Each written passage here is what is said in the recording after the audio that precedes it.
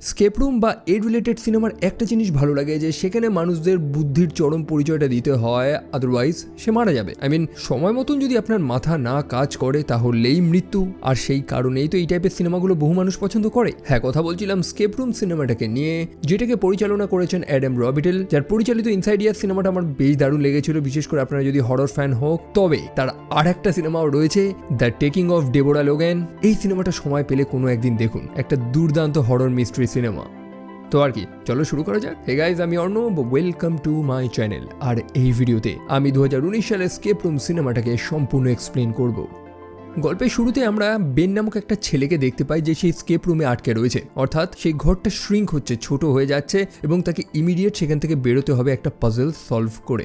দেরি হয়ে গেলেই সে একদম ক্রাশ হয়ে যাবে। তো ঘরটা তো শ্রিঙ্ক হচ্ছে, একটা ল্যাম্প পড়ে যায় সেখানে এবং সেই ল্যাম্প থেকে আলোটা সরাসরি একটা বুক শেলফে গিয়ে পড়ে এবং সেই বুক শেলফেই একটা বই রয়েছে যেখানে একটা কোডস লেখা রয়েছে, সেটাতেই অ্যান্সার লুকিয়ে রয়েছে, অর্থাৎ তাকে সেই পাজলটা সলভ করতে হবে। আমার কথা হয়তো বুঝতেই পারছেন যে এই স্কেপ রুমটাকে ডিজাইন করেছে সে খুব প্রপারলি জিনিসগুলোকে সিঙ্ক করেছে। কিন্তু যাই হোক, বেন সেখানে সেই বইটা খুঁজে পায় যেখানে একটা কোর্স লেখা রয়েছে, at any point in history to watch another die unveils time's great mystery while living your life। এখন বেন বেচারা এইসব পড়ে বুঝতে পারছে না যে কি হবে। সেইটুকুনি তো গেস করেছে যে কোনো একটা সময় বা ঘড়ির কথা হচ্ছে, তো সে চারিদিকে ঘড়ি খুঁজতে থাকে।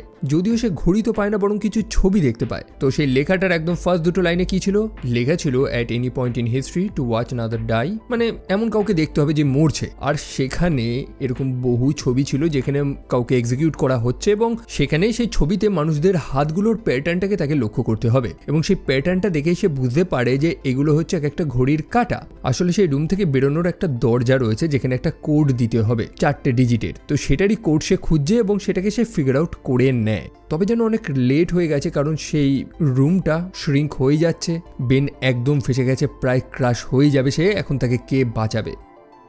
এখন আমরা 3 দিন আগের ঘটনা দেখব যে কি ঘটেছিল, কোথার থেকে সবকিছু শুরু হয়েছিল। আমি এতক্ষণ যেটা বললাম বা যেটা দেখলেন সেটাকে জাস্ট মাথায় রাখবেন। তো গল্পের শুরুতে আমরা জয়ী নামক একটা মেয়েকে দেখতে পাই, সে ফিজিক্স ক্লাসে বসে রয়েছে, মানে তার পছন্দের একটা সাবজেক্ট। সেখানে তাদের টিচার কোয়ান্টাম জিনো এফেক্ট বোঝাচ্ছে, যেটাকে আবার অনেকে জিনো প্যারাডক্স নামেও চেনে। মানে বেসিক্যালি কোনো জিনিসের দিকে যদি আমরা একভাবে তাকিয়ে থাকি বা একভাবে অবজার্ভ করি, তো সেটা আর ইভলভ হয় না বা সেটা আর চেঞ্জ হয় না, যেটাকে তারা বয়লিং পট দিয়েও উদাহরণ দেয়। মানে এক বাটি জল আপনি গ্যাসের উপর বসিয়েছেন এবং সেটার দিকে তাকিয়ে আছেন, কিন্তু জল তো ফুটছে না, তবে আপনার চোখ সরাতে সেটা ফোটা শুরু হয়। এটার একটা বড় এক্সপ্লেনেশন রয়েছে, অবশ্যই সেটা আমি আপনাদের এখানে বোঝাতে পারবো না। তবে এই হচ্ছে ব্যাপার। জয়ী হচ্ছে একটু ইন্ট্রোভার্ট টাইপের মেয়ে, বেশি একটা কথা বলতে পছন্দ করে না। ইভেন তার নিজস্ব একটা থিওরিও রয়েছে, সেটাও সে বাইরের মানুষদের সাথে শেয়ার করতে চায় না। তারপরে আমরা জেসনকে দেখতে পাই, পয়সাওয়ালা একজন ট্রেডার। অন্যদিকে বেনকেও দেখতে পাই যে একটা স্টক বয়, মানে গোডাউনে বা ওয়্যার হাউসে মালপত্র স্টক করে। তার এই কাজটা কিন্তু পছন্দ না এবং সে চায় যে তাকে একটা অন্য ডিপার্টমেন্টে কাজ দেওয়া হোক। সে তার বসের সাথেও কথা বলে এবং তাদের কথোপকথন থেকে এইটুকুনি তো বুঝতে পারি যে ইদানিং বেন হয়তো কোনো একটা সমস্যায় রয়েছে, মানসিক সমস্যা।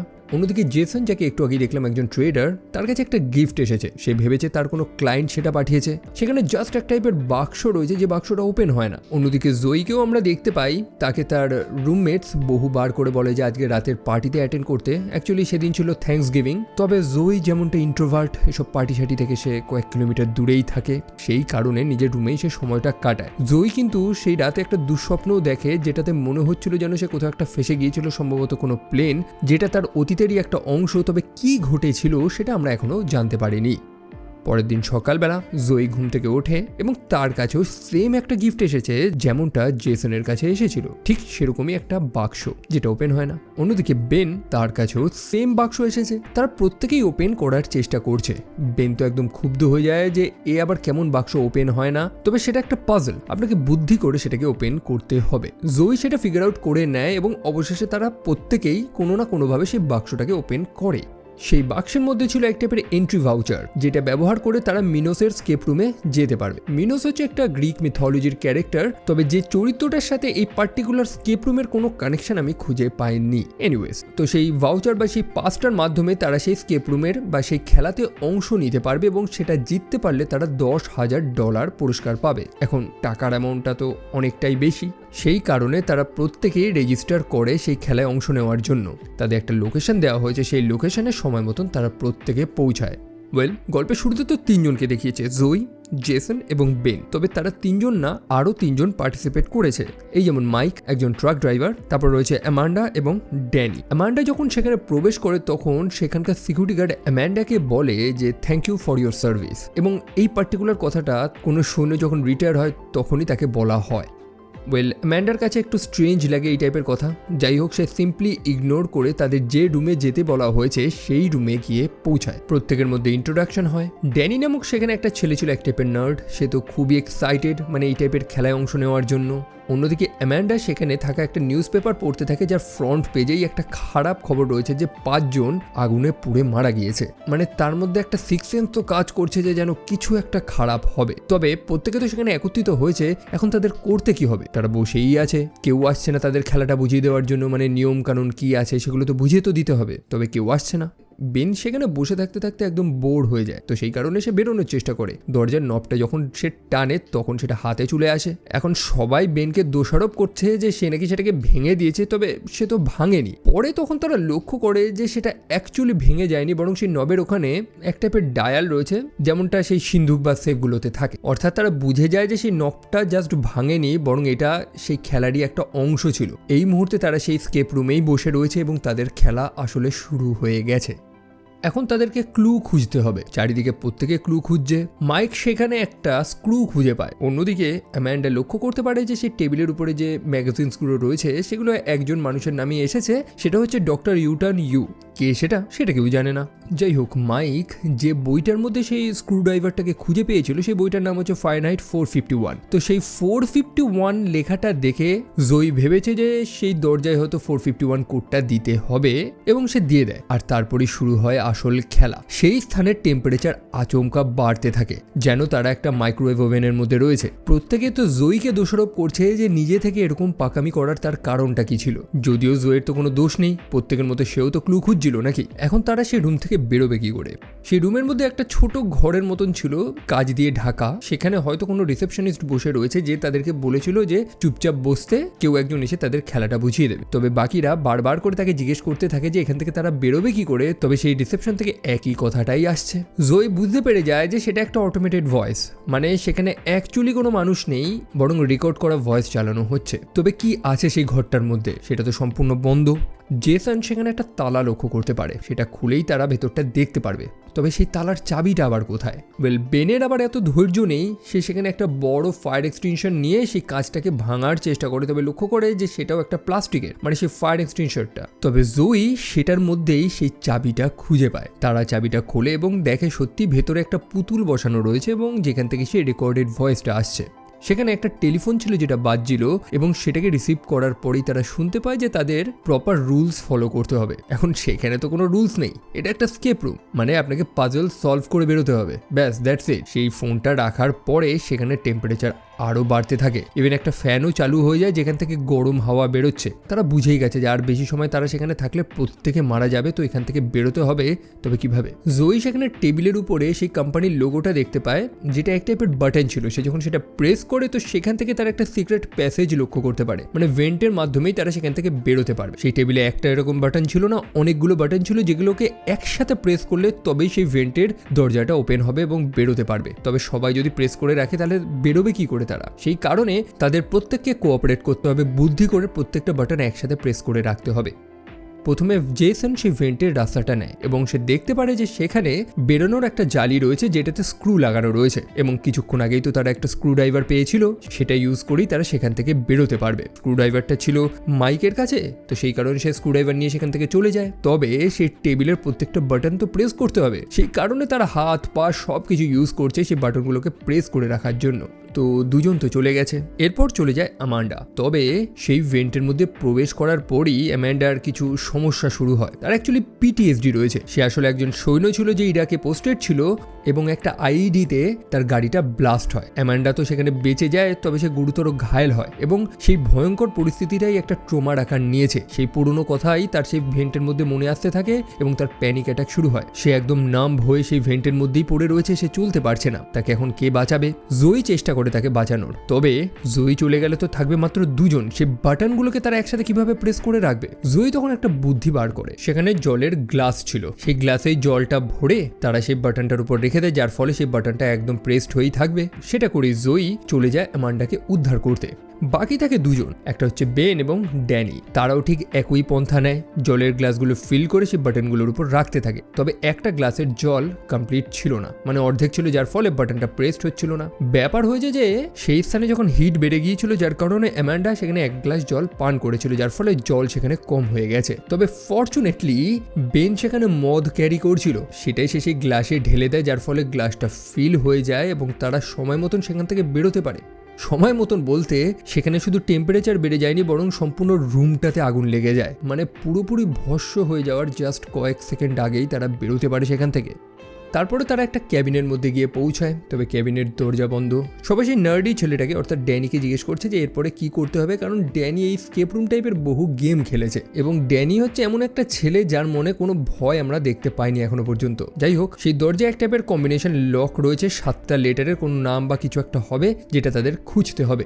মাইক সেখানে দেওয়ালে এক টাইপের লেখা দেখতে পায়, you will go down in history, এরকম একটা কিছু, এবং যেটাকে সলভ করার পর তাদের মনে হলো যে সম্ভবত কোনো প্রেসিডেন্টের লাস্ট নেম হবে। এখন লাস্ট নেম হলে তো চলবে না, 7টা লেটারের হতে হবে, যেমনটা সেই লকে রয়েছে। তো সেরকমই তারা বিভিন্ন প্রেসিডেন্টের লাস্ট নেম খুঁজে খুঁজে সেগুলোকে দেওয়ার চেষ্টা করে, তবে কোনোটাতেই দরজা খুলছে না। তাহলে হবেটা কি? আর তখন বেনের চোখ পড়ে সেই দেওয়ালে টানানো যে হরিণগুলোর যে অ্যান্টলার্সগুলো রয়েছে সেগুলোর দিকে, এবং সেটা দেখে তার একটা অতীতের কথা মনে এসে যায়, যখন সে গাড়ি চালাচ্ছিল নেশা করে, সাথে ছিল তার বন্ধুরা, এবং তার গাড়িটা অ্যাক্সিডেন্ট করে। অ্যাক্সিডেন্ট করার আগে তারা একটা গান গাইছিল, Rudolph the red nose reindeer. তো সেখানে সেই রেইনডিয়ার বা সেই হরিণগুলোরই অ্যাকচুয়ালি অ্যান্টলার্সগুলো রয়েছে, এবং সেই গানেরই একটা লাইন রয়েছে, you will go down in history, যেমনটা সেখানে লেখা ছিল। একই সাথে যেটা বললাম, সেই হরিণটার নাম Rudolph the red nose reindeer. তারা মার্কিন প্রেসিডেন্টের নাম খুঁজছিল, সেরকমই তো একজন ছিল, গেরাল্ড রুডলফ। তো বেন সেখানে রুডলফ বলে বসে, 7টা লেটারের, এবং সত্যি তালাটা খুলে যায় তাতে। বেন তো প্রথমে ভাবছিল যে এগুলো হয়তো কোইন্সিডেন্স, তবে একদমই না। যারা এই গেমটাকে ডিজাইন করেছে তারা সম্ভবত এই মানুষগুলোর পাস্ট হিস্ট্রি, তাদের বহু পার্সোনাল জিনিসের ব্যাপারে জানে, নইলে বেন সেই মুহূর্তে কি গান করছিল এই সব কিছু নিয়ে একটা পাজল ক্রিয়েট করাটা যেমন তেমন ব্যাপার না। তারা সেই ক্যাবিন থেকে তো বাইরে বেরোয় এবং একটা অদ্ভুত জায়গায় গিয়ে পৌঁছায়, যদিও সেটা ম্যানমেড, সম্পূর্ণ বরফের একটা জায়গা, একদম ফ্রোজেন লেকের উপর রয়েছে। ড্যানি সেখানে চলতে চলতে একটা জায়গায় আটকে যায়, কারণ অবশ্যই সেটা কোনো ওপেন প্লেস না, সেটাকেও অ্যাকচুয়ালি আর্টিফিশিয়ালি বানানো হয়েছে। এটাও তাদের একটা স্কেপ রুম, এখান থেকেও তাদের পালাতে হবে। সেই স্থানে অ্যাকচুয়ালি একটা থার্মোমিটার রয়েছে, যেখানে আমরা দেখতে পাই যে টেম্পারেচার আস্তে আস্তে কমেই আসছে। সময় মতন তাদের সেখান থেকে বেরোতে হবে, নইলে ঠান্ডায় হাইপোথার্মিয়ায় তারা প্রত্যেকে মারা যাবে। এবং হাইপোথার্মিয়া কতটা ডেঞ্জারাস এটা জেসন জানে, কারণ সে একবার সার্ভাইভ করেছে। তো তাদের সেখানে ক্লু খুঁজতে হবে, কোনো না কোনো দরজা যেটা থেকে তারা বেরোতে পারবে। আছে তো সেখানে একটা দরজা, তবে সেটার চাবি তাদেরকে খুঁজতে হবে। একই সাথে ঠান্ডাও প্রচন্ড বেড়ে যাচ্ছে। তারা সেখানে একটা বাক্সের মধ্যে জাস্ট একটা জ্যাকেট খুঁজে পায়, চারিদিকে ক্যামেরা লাগানো রয়েছে, অর্থাৎ যারা সেই খেলাটাকে অর্গানাইজ করেছে তারা সবকিছুর উপর নজর রাখছে। তারা ভেবেছে হয়তো এই মানুষগুলো এখন এই জ্যাকেটের জন্য লড়বে, তবে অ্যামান্ডা জানায় যে না, তারা লড়বে না, বরং তারা সেটাকে শেয়ার করবে। ওয়েল, এই লাল রঙের জ্যাকেটটাও কিন্তু কোনো র্যান্ডম না, জেসন যেন এই জ্যাকেটটাকে দেখে চিনতে পেরেছে।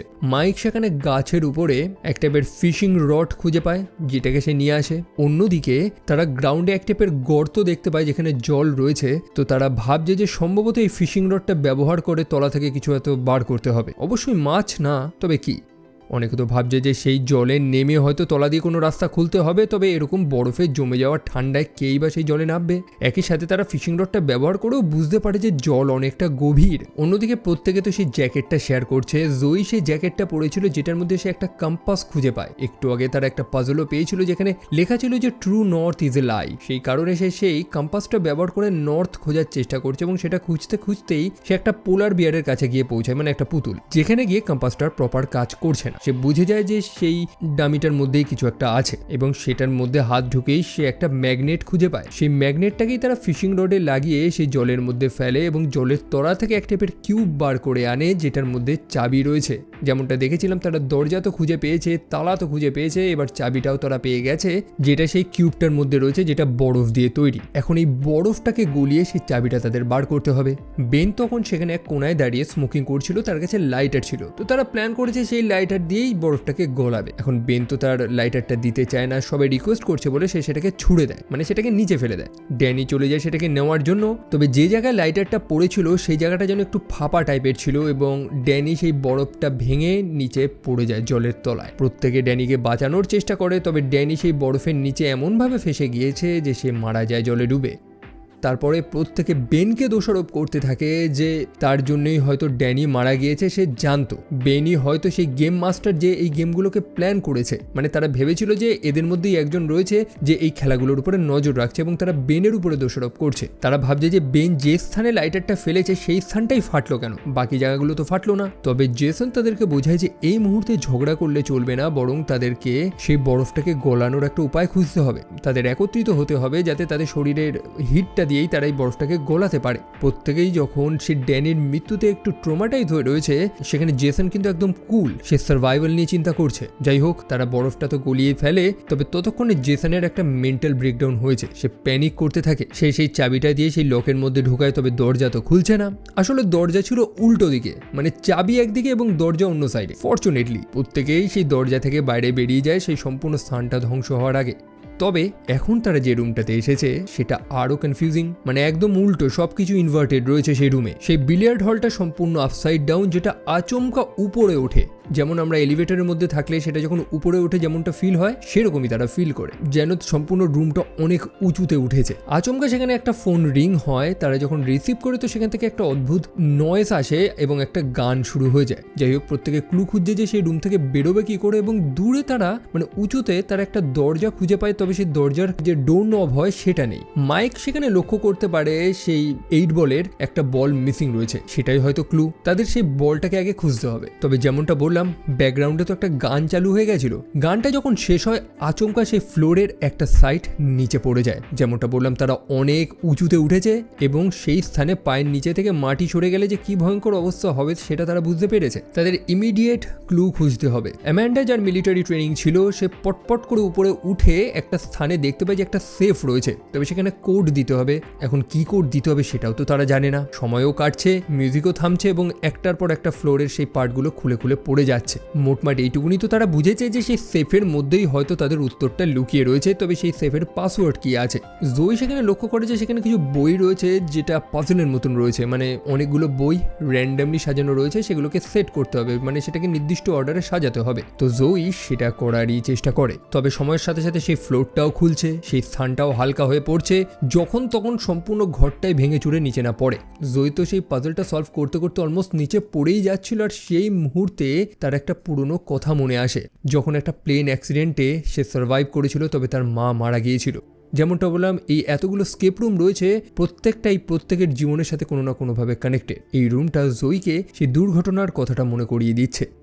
যাই হোক, জয়ের হুশ আসে, সে সেই পাজলটা সলভ করে নিয়েছে। তারা যে কোডটা পেয়েছে সেটা হচ্ছে 6810, যেটা কাজ করছিল না। তবে জয়ের মাথায় আসে যে এই সম্পূর্ণ রুমটাই তো ইনভার্টেড রয়েছে, মানে আপসাইড ডাউন হয়ে রয়েছে, তো অবশ্যই কোডটাও উল্টো হবে। সেই কারণে তারা 0186 দিয়ে দেখে এবং সেই সেফটা খুলে যায়, যেটার মধ্যে সেই 8 বলটা রয়েছে, যেটা সেই দরজাটার নব, যে দরজাটা খুলেই তারা সেখান থেকে বেরোতে পারবে। আর এখানেই শুরু হয় আর এক সমস্যা। প্রত্যেকে তো ক্লাইম করে সেই দরজা পর্যন্ত পৌঁছে গেছে, তবে অ্যামান্ডা সে তো আর এক কোনায় ছিল, তাকে সেই দরজা পর্যন্ত পৌঁছাতে অনেক স্ট্রাগল করতে হবে। সে যখন ক্লাইম করেছিল তখন নিচে একটা সাপোর্ট ছিল, তবে এখন নিচে কোনো সাপোর্ট নেই, আর যার কারণেই সেখানে ঘটে একটা অ্যাক্সিডেন্ট। আসলে অ্যামান্ডা সেই দরজার নবটা নিয়ে যখন ফিরছিল তখন সেটা তার পকেট দিয়ে পড়ে যায় নিচে, আর সেটা পড়ে গেলে বা হারিয়ে গেলে প্রত্যেকে মারা যাবে। সেই কারণে অ্যামান্ডা নিচে জাম্প করে, অর্থাৎ সেই ফ্লোরের একটা পার্ট তখনও ঠিক ছিল, সেটার উপরে সে জাম্প মেরে সেই বলটাকে সেভ করে তো নেয়। আর তখনই মিউজিকটা শেষ হয় এবং সেই ফ্লোরটা ভেঙে পড়ে। নিচে পড়ার আগেই অ্যামান্ডা সেই বলটা তাদেরকে ছুড়ে দিয়ে দেয় যাতে তারা দরজাটা খুলতে পারে। তবে অ্যামান্ডা, তার কাছে সাপোর্ট নেওয়ার মতন একটাই জিনিস ছিল, সেটা হচ্ছে সেই টেলিফোনের তারটা, যেটা বেশি সময় সাস্টেন করে না। অবশ্যই সেটা ছিঁড়ে যায় এবং অ্যামান্ডা সেই উঁচু থেকে নিচে পড়ে মারা যায়। তাদের নেক্সট রুম, অর্থাৎ তাদের পরবর্তী স্কেপ রুম, একটা হসপিটালের থিমে তৈরি হয়েছে। চারিদিকে বেড রয়েছে, অপারেশনের নানান সরঞ্জাম, জিনিসপত্র, মানে যেমনটা হসপিটালে থাকে। সেখানে এই খেলায় অংশ নেওয়া প্রত্যেকটা মানুষের কিছু রিপোর্ট কার্ড রয়েছে এবং সেটা পড়েই জয়ী এবং বাকি মানুষেরা প্রত্যেকের পাস্ট হিস্ট্রির ব্যাপারে জানতে পারে। এরা প্রত্যেকেই কোনো না কোনো বড় দুর্ঘটনা থেকে সার্ভাইভ করেছে, অর্থাৎ এরা লাকি। এই যেমন জয়ী একটা ভয়ঙ্কর প্লেন ক্র্যাশ থেকে সার্ভাইভ করেছে। জেসন সে জানে যে সে এবং তার বন্ধু একটা ট্রিপে বেরিয়েছিল বোট নিয়ে, তবে একটা ভয়ঙ্কর ঢেউয়ের কারণে তাদের বোট উল্টে যায়। প্রচন্ড ঠান্ডা, সেখানে একটাই জ্যাকেট ছিল এবং তার বন্ধু নেথান নাকি সেই জ্যাকেটটা পরে, যদিও পরে হাইপোথার্মিয়া বা প্রচন্ড ঠান্ডায় তার মাথাটা খারাপ হয়ে যায়, সে অ্যাগ্রেসিভ হয়ে যায় এবং সে জেসনকে হত্যা করারও চেষ্টা করে। পরে নাকি নেথান সেখান থেকে সেই ঠান্ডা জলে নেমে যায় পাড় খোঁজার জন্য, তবে সে আর ফিরে আসেনি। অবশ্যই সে মারা গিয়েছে। প্রায় একটা দিন পরে কোস্ট গার্ডরা জেসনকে খুঁজে পায় এবং সেখান থেকে উদ্ধার করে। অন্যদিকে বেন, যে নেশা করে গাড়ি চালাচ্ছিল যেমনটা আমরা দেখেছিলাম, তার সেই ভুলের কারণেই তার প্রত্যেকটা বন্ধু মারা যায়, তবে সেই দুর্ঘটনা থেকে বেন সার্ভাইভ করে। মাইক, সে একটা মাইনে কাজ করতো এবং সেই মাইন দুর্ঘটনাতেও প্রত্যেকটা মারা গিয়েছে। তার বেস্ট ফ্রেন্ড তার সামনে শ্বাসরুদ্ধ হয়ে মারা যায়, তবে মাইক সেখানে সার্ভাইভ করে। অ্যামান্ডার গল্প তো আমরা দেখেছিলাম, ইরাকে তাদের গাড়িটা ব্লাস্ট হয়, সেই আইডিতে প্রত্যেকটা ক্রু মারা যায়, তবে সে বেঁচে যায়। অন্যদিকে ড্যানি, তার সম্পূর্ণ পরিবারটা কার্বন মনোক্সাইড পয়জনিংয়ে মারা গিয়েছিল, তবে সে একমাত্র সার্ভাইভ করেছিল। তো এখানে উপস্থিত প্রত্যেকটা মানুষকেই লাকি কনসিডার করা হয় এবং যারা খেলাটা অর্গানাইজ করেছে তারা দেখতে যায় যে এই লাকিদের মধ্যে লাকিয়েস্ট কে আছে। যারা খেলাগুলো বানিয়েছে তারা এই মানুষগুলোর পার্সোনাল জিনিসগুলোও জানে, যে জিনিসগুলো তারা সচরাচর কারোর সাথে শেয়ার করেনি। এই যেমন জেসনের সেই বন্ধু নেথান, সে একটা লাল জ্যাকেট পরেছিল এবং সেই খেলাতেও তারা একটা লাল জ্যাকেটই পেয়েছে। অন্যদিকে সেই কার অ্যাক্সিডেন্টের সময় বেন যে গানটা গাইছিল সেটাতেই সেই ক্লুটা লিখিয়েছিল সে ক্যাবিনেট। তো সেই মানুষগুলো সবকিছুই জানে। তবে এখন ব্যাপার হচ্ছে যে এই রুম থেকে তারা বেরোবে কিভাবে। সেই মুহূর্তে তাদের সামনে একটা টেলিভিশন ওপেন হয়ে যায়, যেখানে ডক্টর উটান উ নামক একজন মানুষের উল্লেখ আবারও করা হয়, একজন সার্জন নাকি। যাই হোক, সেই মানুষটার ব্যাপারে বেশি কিছু মেনশন করা হয়নি, তবে সেই টিভিতে একটা জিনিসের হিন্ট তো দিয়ে দেয় যে এখানে এখন মানুষদের লিমিট পরীক্ষা করা হবে। কিসের লিমিট সেটা তারা জানে না। আর তখনই একটা 5 মিনিটের কাউন্টডাউন শুরু হয়। তারা বুঝে তো যায় যে তাদের হাতে 5 মিনিট রয়েছে, আর তারপরেই সব শেষ বলতে অ্যাকচুয়ালি সেখানে বিষাক্ত গ্যাস রয়েছে। 5 মিনিট বাদে সেটা অ্যাক্টিভেট হয়ে যাবে এবং সবাই দমবন্ধ হয়ে মারা যাবে। তো তারা সেখানে ক্লু খুঁজছে, তারা কিছু এক্সরে প্লেট খুঁজে পায় যেখানে মানুষের হাতের কিছু এক্সরে রয়েছে। তারা ভাবছে যে এগুলো কোনো কোড বা চিহ্ন, তবে বেন লক্ষ্য করতে পারে যে সেগুলো অ্যাকচুয়ালি সাইন ল্যাঙ্গুয়েজ। আসলে বেনের কাজেন একজন ডিফ, যে সাইন ল্যাঙ্গুয়েজের মাধ্যমে কথা বলে, তো সেটার থেকে সে শিখেছে এবং সেই সাইন ল্যাঙ্গুয়েজগুলো দেখেই সে বুঝতে পারে যে এটার অর্থ হচ্ছে ইকেজি। বেসিক্যালি আমরা যে ইসিজি করি না, ইলেকট্রোকার্ডিওগ্রাম, তো সেটারই একটা মেশিন সেখানে রয়েছে যেটা তাদেরকে খুঁজতে হবে এবং তারা খুঁজেও পায়। এখন সেই মেশিনটার কাজ হচ্ছে প্রপার হার্ট রেটটাকে মেজার করা। এখন হার্ট রেট কত হলে তাদের সেই দরজাটা খুলবে সেটা তো তারা জানে না। বেন সেখানে চেক করে, তার হার্ট রেট নাকি প্রচন্ড লো, যার কারণেই সে পরীক্ষায় ব্যর্থ হয়, অর্থাৎ দরজা খোলে না। সেই কারণে মাইকের উপর টেস্ট করা হয়, তার হার্ট রেটটা একটু বেশি, তবে সেটাও নাকি সাফিসিয়েন্ট না, যার কারণেও দরজা খোলে না। মানে জেসন এমনটা মনে করছে। সেই ক্লুতে বলা হয়েছিল টেস্ট ইওর লিমিট, তোমার লিমিট পরীক্ষা হবে এখানে। সেই কারণে জেসন মনে করছে যে হয়তো অতিরিক্ত হার্ট রেটে তবেই সেই দরজাটা খুলবে। অবশ্যই মাইকের হার্ট রেটটা একটু বেশি, তবে সেখান থেকে আরও বেশি সে কিভাবে করবে? ওয়েল, সেখানে ছিল ডিফিব্রিলেটর এবং জেসন সেটাকে মাইকের উপরে ইউজ করতে যায় এবং অবশ্যই মাইক তাকে মানা করতে থাকে, কারণ জিনিসটা রিস্কি। তবে তাদের হাতে উপায়ও তো নেই, সময় কেটে যাচ্ছে, 1 মিনিট মতন হাতে সময় রয়েছে, নইলে প্রত্যেকেই সেই বিষাক্ত গ্যাসে মারা যাবে। বাধ্য হয়ে মাইক রাজি হয়ে যায়। ওয়েল, এখানে দেখার বিষয় রয়েছে যে জেসন কিন্তু নিজের উপরে একবারও ট্রাই করেনি। যাই হোক, মাইকের উপরে ডিফিব্রিলেটর ইউজ করে সে, এবং যার ফলে মাইকের হার্ট রেটটা তো বাড়ে, তবে মাইক অজ্ঞান হয়ে যায়। এই ভয়ঙ্কর দৃশ্যটা দেখে বেন জেসনকে বহুবার আটকানোর চেষ্টা করে যে এটা তো সলিউশন না, তুমি একটা জীবিত সুস্থ মানুষের বুকের মধ্যে ডিফিব্রিলেটর কেন ইউজ করবে? তবে জেসন ভেবেছে যে এই একটাই রাস্তা, তো সেই কারণে সে বারংবার তার উপরে এইটাকে ইউজ করার কারণে মাইক মারা যায়। তবে সেখানে জয়ীও তো ছিল, সে কি করছিল? ওয়েল, জয়ী এই খেলায় অংশ নেবে না, কারণ প্রথম থেকে সে একটা জিনিস লক্ষ্য করেছে যে প্রত্যেকটা ঘরে, প্রত্যেকটা স্কেপ রুমে কোনায় কোনায় ক্যামেরা লাগানো রয়েছে, অর্থাৎ তাদের উপরে কেউ নজর তো রাখছে। তার তখন সেই কোয়ান্টাম জিনো এফেক্টটা মনে আসে যে কেউ হয়তো তাদের উপর অবজার্ভ করছে, যার কারণেই তারা কোনো পরিবর্তন আনতে পারছে না, অর্থাৎ তারা যতই চেষ্টা করুক তারা জিততে তো পারবে না। সেই কারণে সে ক্যামেরাগুলোকে ভাঙা শুরু করে যাতে তাদেরকে কেউ দেখতে না পায়। অন্যদিকে সময় কেটে যায়, সেখানে সেই বিষাক্ত গ্যাস লিক হয়, আর তখন জেসন নিজের উপরে সেই কেজি মেশিনটা ইউজ করে। সে ফাইনালি বুঝতে পারে যে এখানে প্যানিক হলে চলবে না, প্রত্যেকেই প্যানিক, সেই কারণেই তাদের হার্ট রেটটা বেশি। সে শান্ত হয়ে বসে হালকা করে ব্রিদিং করতে থাকে এবং আস্তে আস্তে তার হার্ট রেটটা নিচে নামে। সেটা যখন 50-এ এসে দাঁড়ায় তখনই দরজাটা খোলে। এটাই অ্যাকচুয়ালি তাদের লিমিটের পরীক্ষাটা নেওয়া হচ্ছিল যে এরকম সিচুয়েশনে কে কত শান্তভাবে থাকতে পারে। দরজা খুলে যায়, বেন এবং জেসন তারা দুজনই পালায়, তবে জয়ী পালায় না, জয়ী এখানেই থাকবে। বেন এবং জেসন একটা অদ্ভুত রুমে ফিরে আসে। বেন প্রচন্ড আপসেট যে জয়ী কেন তার সাথে আসলো না। সে খুবই স্যাড অ্যাকচুয়ালি। প্রথম থেকে বেনকে যেমনটা দেখিয়েছে এক টাইপের নেশাখোর ছেলে, তবে সে মনের খুবই ভালো যে যেন সবাইকে নিয়ে কেয়ার করে। অন্যদিকে জেসন আবার একটু নির্দয়ী মানুষ, সেই সব নিয়ে চিন্তাই করতে চাইছে না, বরং সে নিজের সার্ভাইভালটাকে নিয়ে চিন্তা করছে। আর তখন বেন জেসনের উপরে আঙুল তুলে বসে যে তুমি যে বোটে সার্ভাইভ করেছিলে সেখানে কি সত্যি যে সেই ঘটনাটাই ঘটেছিল যে ঘটনাটা তুমি শুনিয়েছো? তাদের বোট যখন উল্টে গেছিল মাত্র দুজন ছিল, সেখানে একটা মাত্র জ্যাকেট ছিল। কি ঘটেছিল অ্যাকচুয়ালি? আসলে জেসন তার বন্ধু ন্যাথানের উপরে আক্রমণ করেছিল সেই জ্যাকেটের জন্য। জেসন জানিয়েছিল যে তার বন্ধু নাকি সাঁতরে পার করার চেষ্টা করেছিল, যেটা শুনতেও বড় অদ্ভুত লাগে না? আসলেই সে তার বন্ধুকে জলে চুবিয়ে হত্যা করেছিল। সে তার বন্ধুকে হত্যা করেছিল বলেই সেখান থেকে সার্ভাইভ করে বেরোতে পেরেছে। এটাই হচ্ছে সত্য ঘটনা।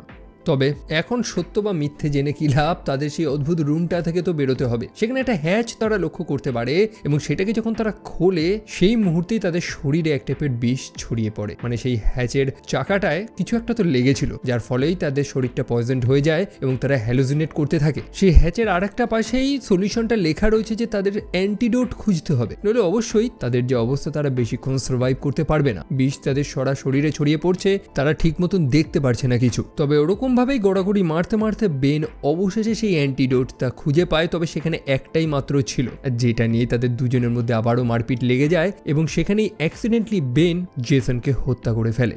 বেন নিজে অ্যান্টিডোটটা ইউজ করে এবং ল্যাংড়াতে ল্যাংড়াতে সেই রুমটা ত্যাগ করে। আসলে সেই লড়াইয়ের দরুন তার পায়ে চোট লেগেছে এবং সে পৌঁছায় আর একটা এসকেপ রুমে, যে গল্পটা আমরা এই সিনেমার শুরুতেই দেখেছি। অর্থাৎ সেই রুমটা একদম শ্রিঙ্ক হয়ে যাচ্ছিল এবং বেন একদম ফেসে গিয়েছিল সেটার মধ্যে।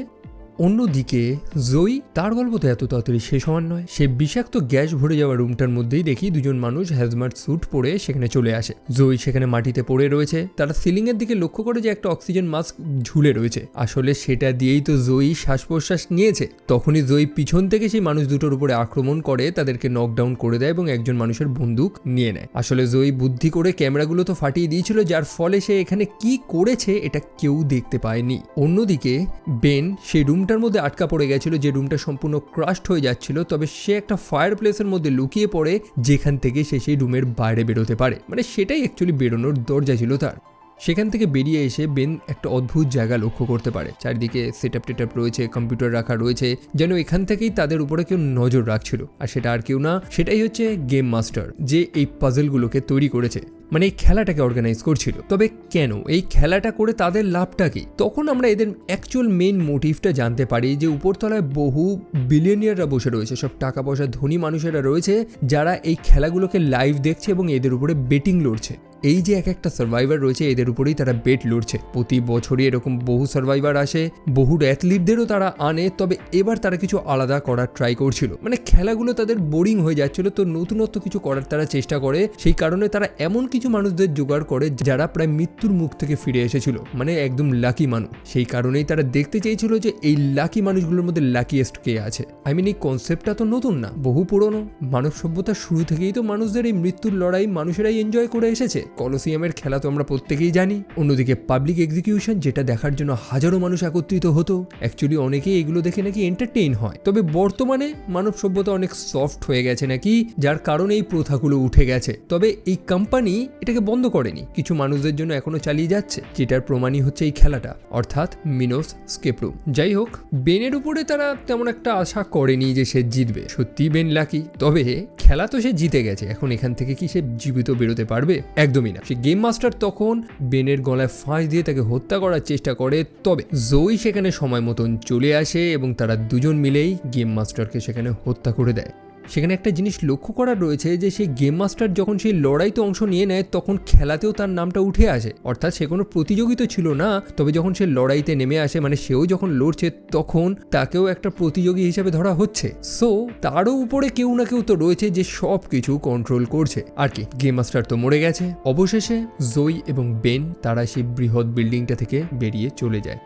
জোই তারপর পুলিশকে খবর দেয় এবং পুলিশেরা সেই স্থানে আসে, তবে লক্ষ্য করে যে সম্পূর্ণ বিল্ডিংটাই পরিত্যক্ত, যেন কয়েক বছর ধরে সেখানে মানুষরা আসেইনি। অ্যাকচুয়ালি জোই পুলিশকে যে বর্ণনাগুলো দিয়েছে সেরকম কোনো প্রমাণই তারা সেখানে খুঁজে পাচ্ছে না। তারা মনে করছে জোই হয়তো পাগল, সেইগুলো হ্যালুসিনেট করেছে। জোই তো আর এখন কাউকে প্রমাণ করতে পারছে না, তবে সে লক্ষ্য করে যে সেই দেওয়ালে একটা জিনিস লেখা রয়েছে যে নো ওয়ে আউট, বেরোনোর কোনো রাস্তা নেই, এবং একটা ক্র্যাশিং প্লেনের ছবি সেখানে রয়েছে। জোই তখন সেই লেখাটাকে আগে পরে করে দেখে এবং সেখানে লেখা আসে যে উটান ইউ, অর্থাৎ সেই মানুষটার নাম যেটা তারা সেই খেলার দরুন বহুবার লক্ষ্য করেছে। কে এই উটান ইউ সেটা তো সে জানে না, তবে এইটুকুনি তো সে বুঝেছে যে এই ক্লুটা সে জোয়ের জন্যই এখানে ছেড়ে দিয়ে গেছে। তারপরে প্রায় 6টা মাস কেটে গেছে। জোই এবং বেন তারা নিজেদের মতো লাইফ লিড করছে। একটা ক্যাফেতে তারা মিট করে। বেন জানে যে তার প্রমোশন হয়েছে, নতুন জব সে এনজয় করছে, তবে জোই সেই খেলা এবং সেই নামটা সে ভুলে উঠতে পারেনি। তারা দুজন তো শুধু ছিল না, সেখানে বাকি মানুষেরাও ছিল এবং তাদের প্রত্যেকের মৃত্যুর খবর পেপারে ছাপানো হয়েছে, তবে মিথ্যে ভাবে। এই যেমন মাইক, সে নাকি হার্ট অ্যাটাকে মারা গিয়েছে ইউনিয়ন স্টেশনের একটা বাথরুমে। জেসন একটা বাইক অ্যাক্সিডেন্টে মারা গিয়েছে।